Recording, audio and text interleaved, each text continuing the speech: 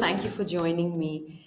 The Government of India recently hosted a massive global entertainment and media summit in Mumbai, putting the spotlight squarely on the industry here, which is valued at approximately $30 billion.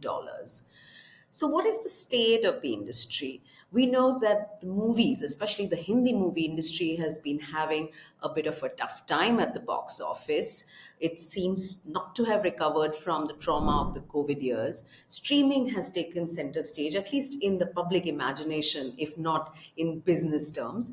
And linear broadcasting or traditional TV still going strong despite regulatory hurdles.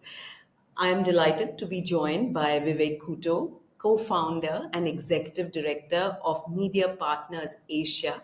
That's a leading advisory, research, and consultancy in the media, entertainment, and telecommunications sector in the Asia Pacific region. Vivek, thank you for joining me. We've been talking about doing this conversation ever since Waves, concluded, and I'm so glad that we're finally here doing it. Thank you, Anuradha, and thank you for inviting me. It's great to be here with you on this platform, and looking forward to our great discussion. Thank you. So, Vivek, what do we make of the government of India's decision to do waves? Do you see it in some way as wanting to facilitate the rise of India as a powerhouse in the global entertainment and media space? Yeah, look, I think it definitely taps into that, and there was a significant audience there, and there was a great execution, and some really interesting sessions. India is the Anuradha is the highest growth entertainment economy, right? And today in the world, and it's definitely the most scalable or the most accessible entertainment opportunity because it's still open to international investors and it's open to a lot of competition. I still think though it's subscale when you compare it in a global context. We look at, as you know, Anuradha, we look at screen entertainment, and what's happened in India has been this incredible democratization of distribution, right? As you know, Yeah, right? We lived through first the television screens, and now we saw a big jump in the mobile screens yeah. with Geo and so forth, and then we just now got the smart screen with Mm, connected TV, right? mm, And fiber broadband. So if you put it all together, you're talking about one well above a billion screens, right? mm. From about say 700 million or 600 million a few years ago, we've gone up to 1.2, 1.3. China probably has close to 3. So those are the two big, powerhouses. Having said all of that, monetization hasn't sort of Mm, kept up. So while distribution has been democratized, the people who really benefited from that mm.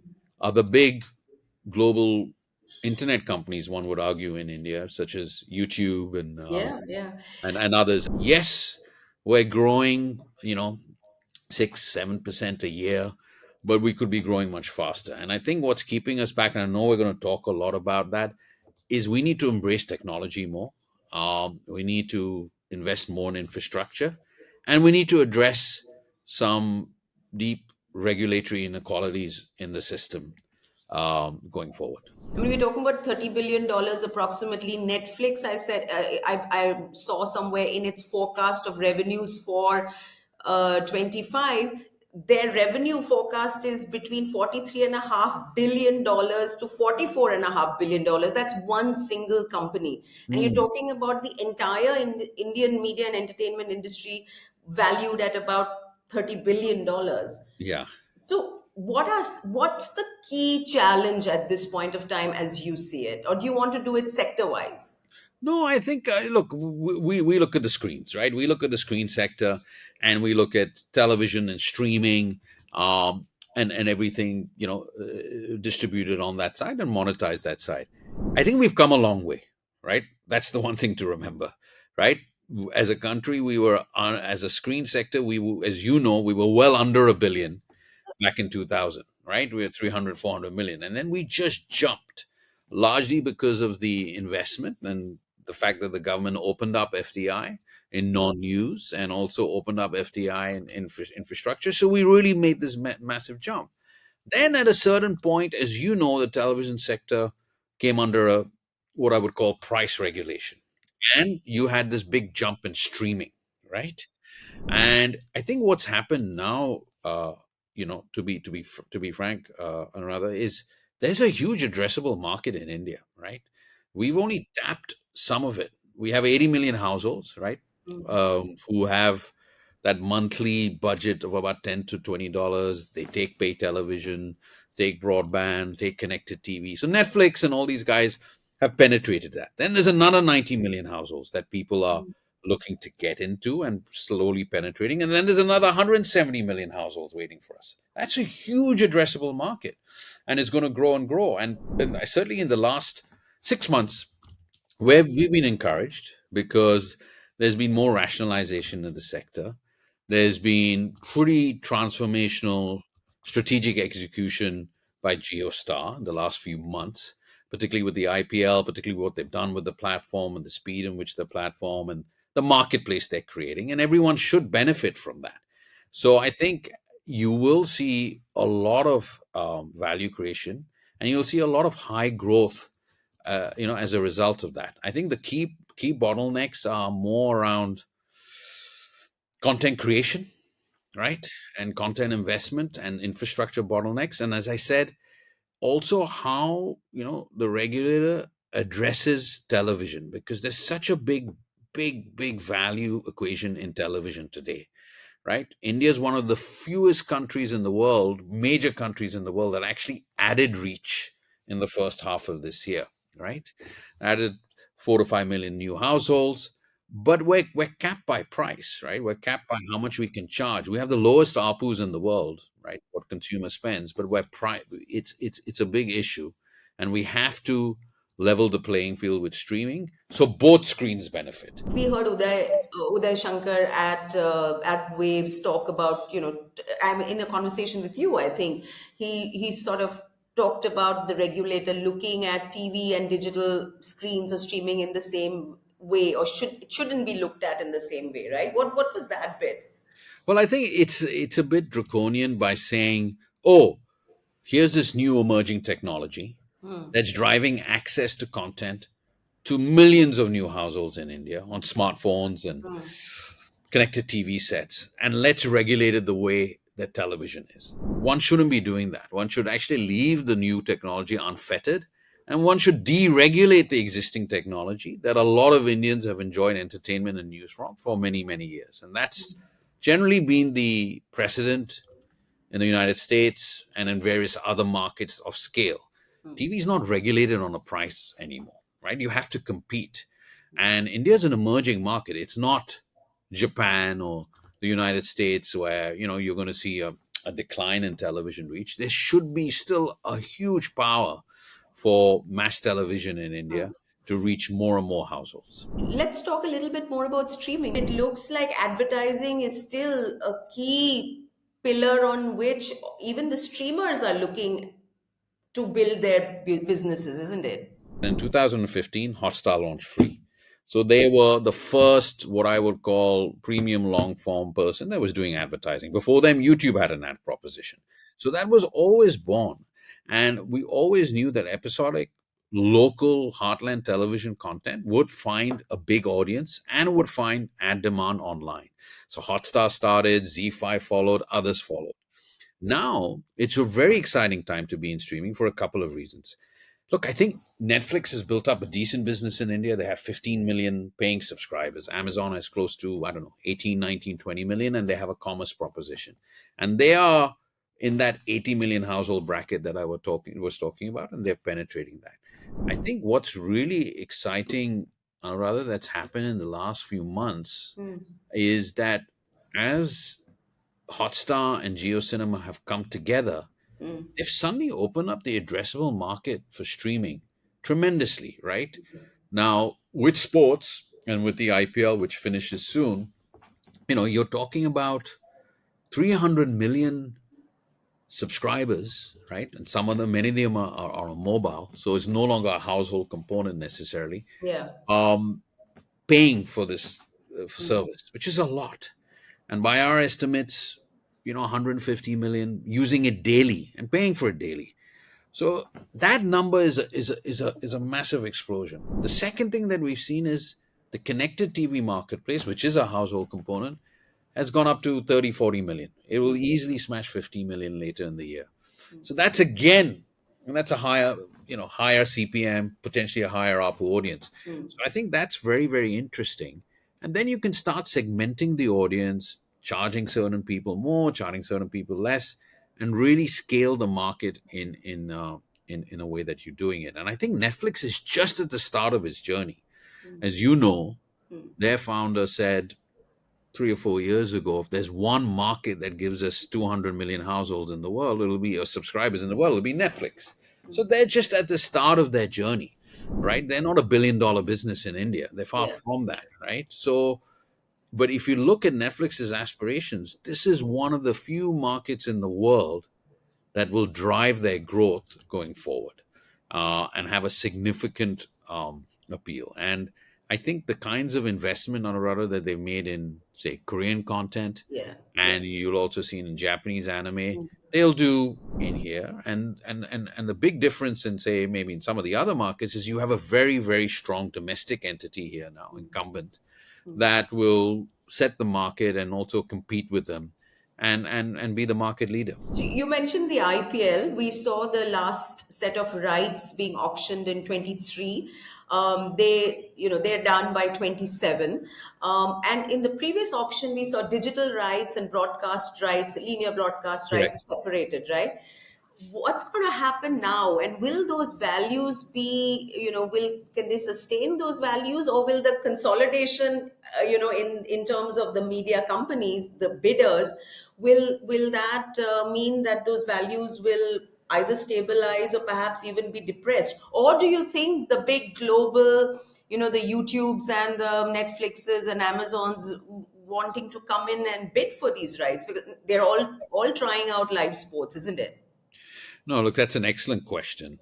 And IPL is a very unique property because it's sports and entertainment as one, and it's delivered. I think you got to look at it in many different contexts. And typically, when people are starting to look at sports rights and sports franchises in the US or Latin America, to some extent UK, Europe, but definitely, they're no longer looking at 5 years. The basic reset is either 6, 8, 12, sometimes even 15, right?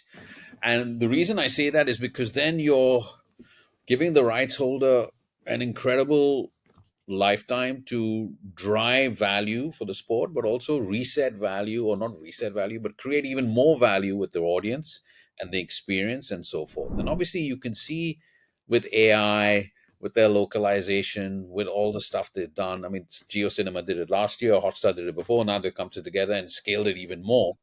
They're just at the start of phase two of that journey. So and then they have to rebid in 27. So I think the rights holders might have to think of a longer term duration. To answer your other point, look, who knows, right? I mean, Google, YouTube, they're investing in sports in the US. I'm sure they would look at this.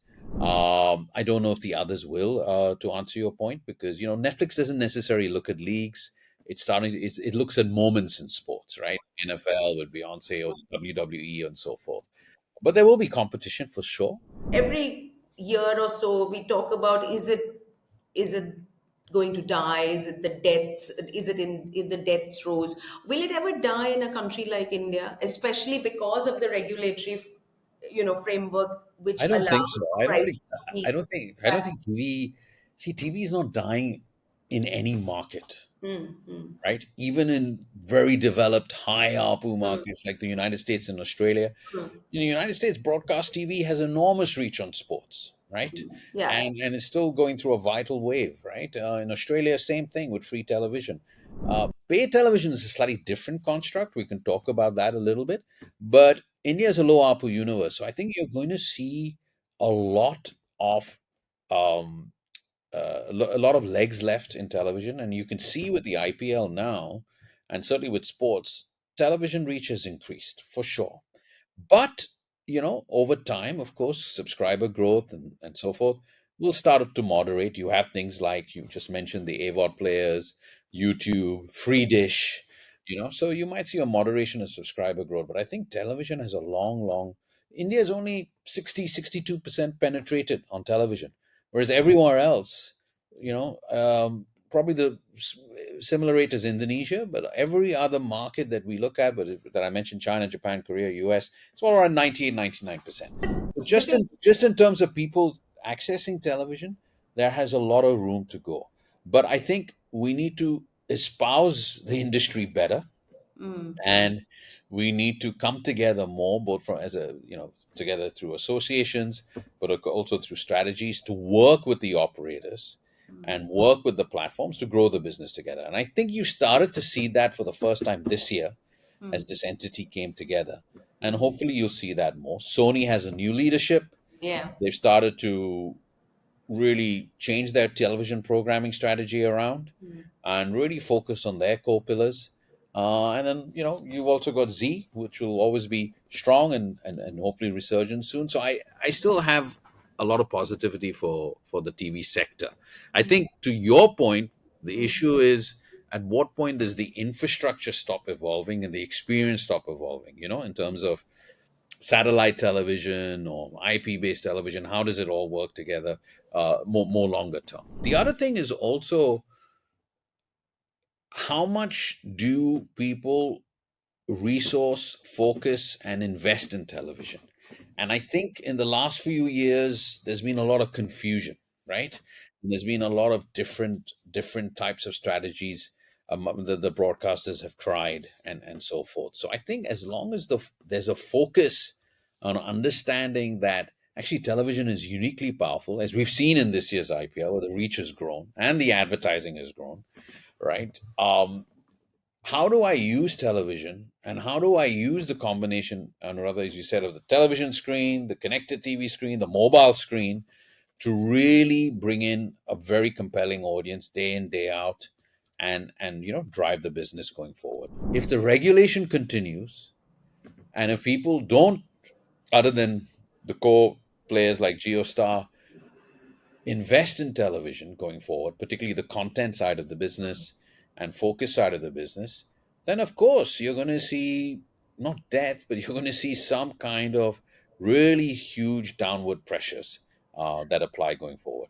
What I find interesting is that television, streaming, digital media, whether it's the YouTubes of the world, all of them rely even today primarily on advertising. Correct. Correct. What are the kind of pressures that you see, any macro pressures that you see on consumer spending, on advertising, given the global scenario and even in India? Look, on consumer spending, we're the lowest ARPU market in the world on pay television. We're the lowest ARPU market in the world on streaming. So I think India is always going to be a high volume, low ARPU market on consumer spend, and it will do very well. And I think companies like GeoStar are tapping into that successfully. Netflix has learned to tap into that after being at that $8-9 ARPU. Their ARPUs are more coming down to $3 now. So, and Amazon has done the same. On ads, it's a very, very interesting question because you're seeing this decoupling in India and in other parts of the world between ads and GDP growth for the first time. And I think there is Wasn't the normal standard, like, the advertising industry would grow at double the rate of the exactly, of and GDP, right? That was like the standard. that's not happening. Obviously, IPL has bucked the trend this year, but to maintain that level of growth throughout the year, particularly on television, it's going to be challenging. I mean, streaming is a different thing. It's a different beast because you're going from a low base. And I think what we're seeing is a lot of categories, FMCG, other media, are just finding it tougher. There's also competitive pressures, Anuradha. YouTube hasn't increased its rates on CTV. They've increased it in the US, but they haven't increased it in India. So that makes it an issue. And they have very low CPMs on mobile and they have a big audience. So let's not kid ourselves. YouTube has taken quite a bit of chunk of ad money Huge. historically away from TV. But even they, because of these macro pressures, are under pressure in India. The whole what I would call video advertising expenditure category is under pressure. But as economic growth hopefully stabilizes, you'll see bigger pockets of growth, and you'll see growth returning. The other big shift that people don't really talk about is retail media, right? Is basically online platforms with commerce and so forth. That whether it's Flipkart or Amazon or whoever, that's been a big slice of growth. So a lot of the growth in the last few years and going forward that we see in India, 30-40% of that growth is just coming from retail media. Actually, it's close to 50%. So that's going to be a significant chunk. And that comes into the third thing, that television, and by the way, I regard what we call Netflix or Geo Hotstar or Prime Video or Z5 as just a reinvention of television. It's a reinvention of screen, right? With the new technology. You're telling stories on a new screen. But we haven't really necessarily reinvented business models. Some people have done annual passes, different ways of segmenting the audience. But companies that, if they're not in India, but if you look at TikTok's growth in commerce, that's been a big revenue stream. Other companies have integrated events and different types of businesses that come into it, ticketing and games and so forth. They call them super apps.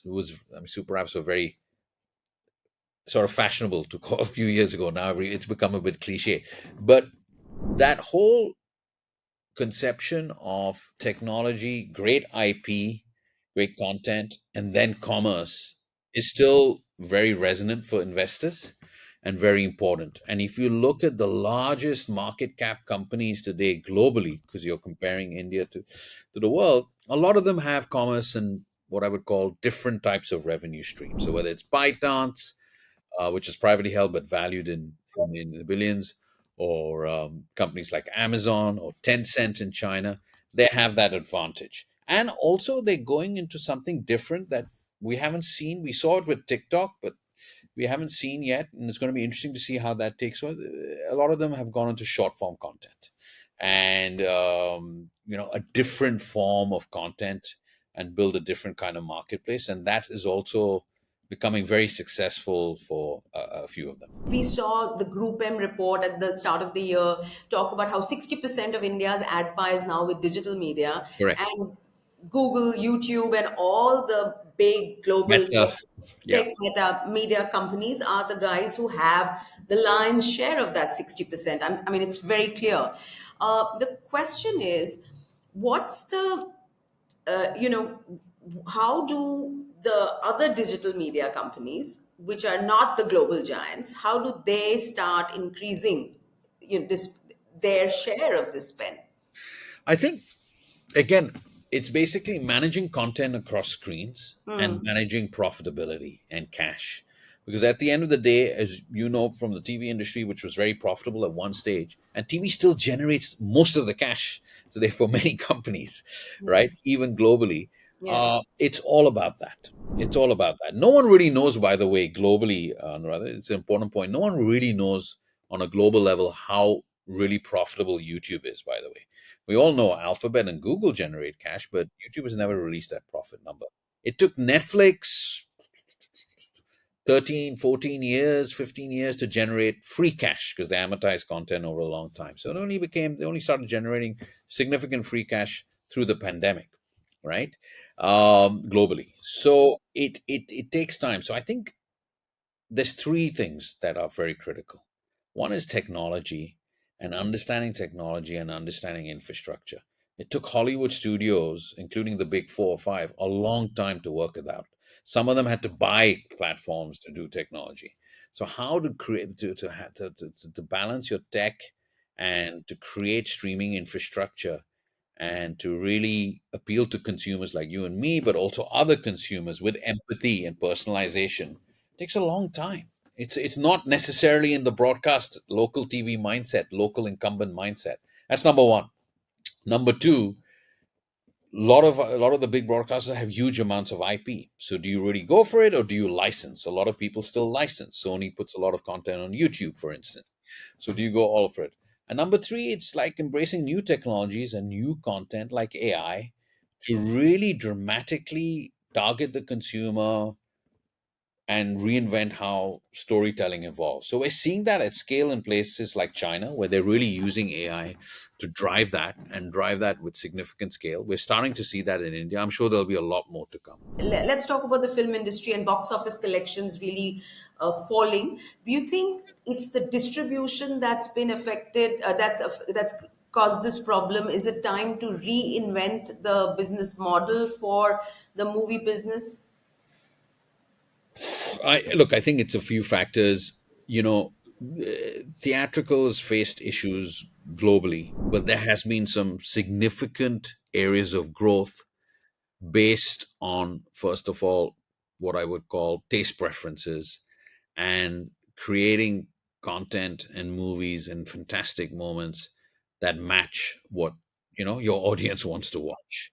And the audience is shifting. So we've seen, China last year didn't have a great year theatrically, right? Everyone went to smartphones and short form, but suddenly they turned the corner, and it's been a much better year because people are penetrating second tier, third tier cities with content that younger or different populations want to watch. We've seen that in Indonesia. Over the last 3 years, their box office is up 20-30% a year.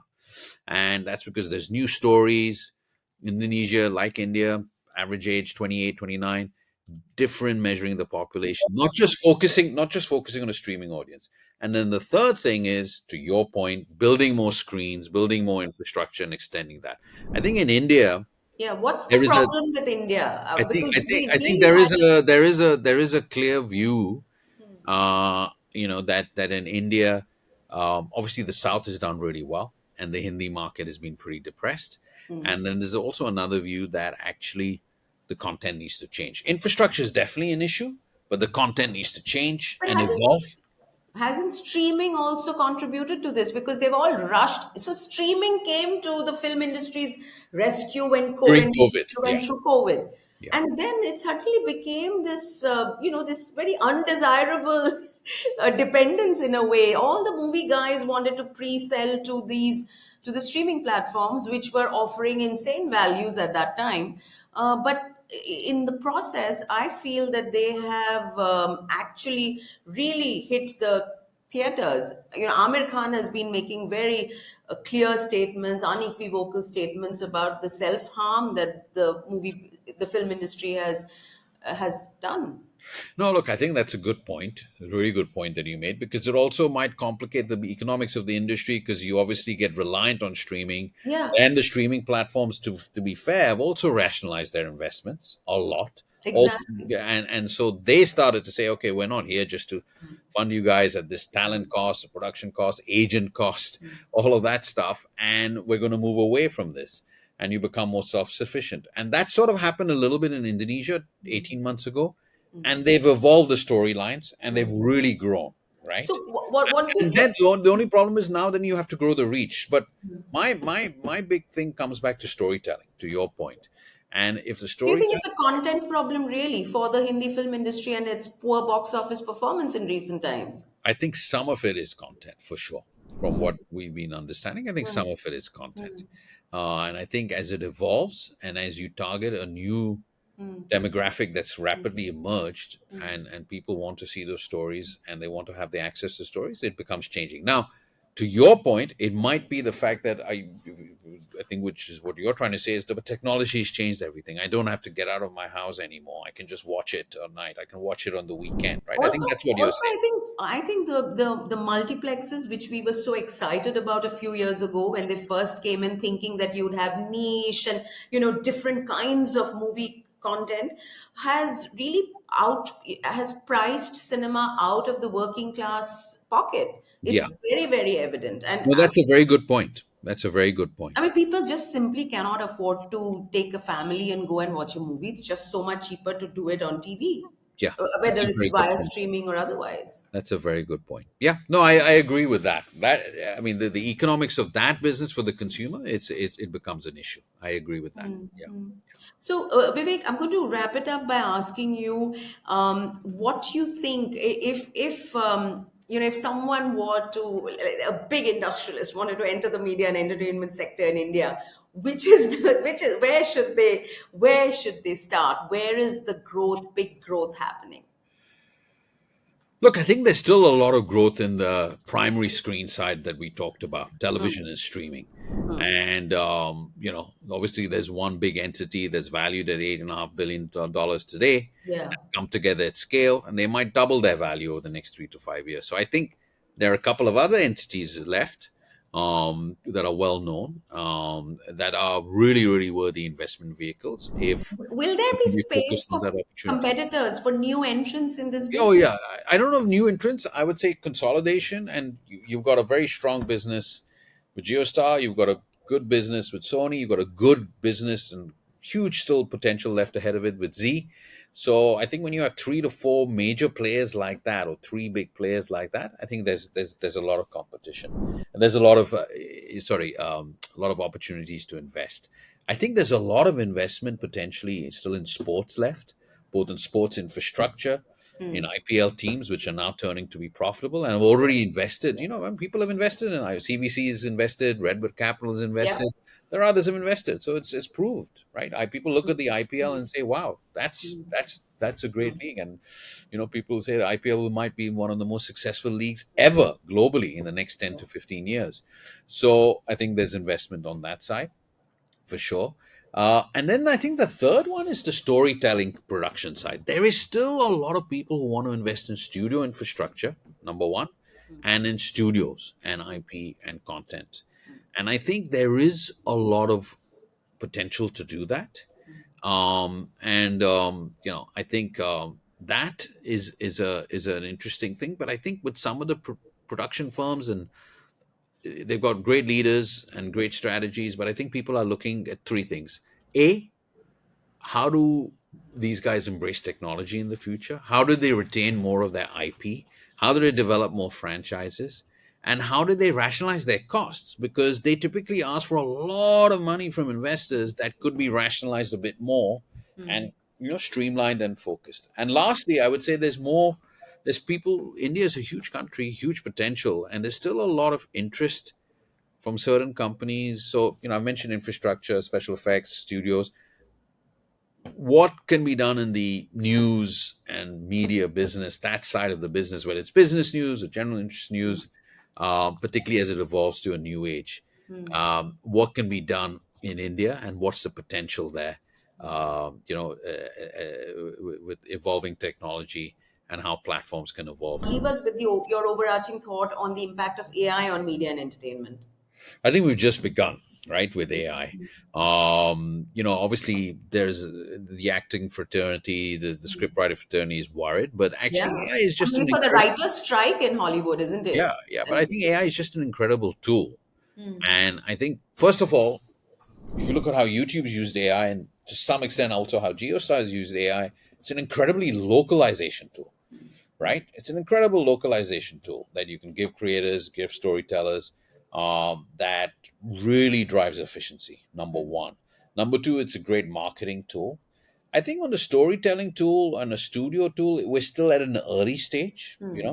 There's also the metaverse. You remember if it was talked about 2 years ago or and then 3 years it's ago? just gone from public People imagination, right? stopped I mean, investing in it, and I mean, Facebook changed its name. Remember that big name change to Meta? yeah. I mean, one of the things was its big investment in the metaverse, and the Oculus acquisition and all of that. There was so much we heard for 2 years on that count. No, I agree, and I think, look, I think there's still a lot of interest in it. But back to AI, there are quite a few companies coming in now with their early stage formats and trying to figure out, basically, you know, look, I can tell you, AI at a very basic level for script reading and so forth is being used a lot already in Hollywood. But I think and obviously for VX effects and locations and all of that, it's becoming good. We haven't seen it decisively being used in storytelling because people are scared of uniformity, from that side. But I think it has huge potential, not just in terms of reducing the cost, but also potentially increasing your revenues and doing so forth. So it can be used as a tool. It's clearly being used in for massive effect, and that's why the impact on the premium side is more. It's being used a lot by the creator side, what we call the creator economy. the kinds of people who are on YouTube Yeah, or yeah. Instagram and so forth, and TikTok. Thank you, Vivek, for making time for this. I really appreciate it. Thank you very much, and thank you for your time. Thank you so much. There's so much to talk about. I hope this is the first of many conversations. We'll keep talking as I continue to spotlight the media and entertainment industry, as well as the advertising and marketing industries here on this channel. Keep watching.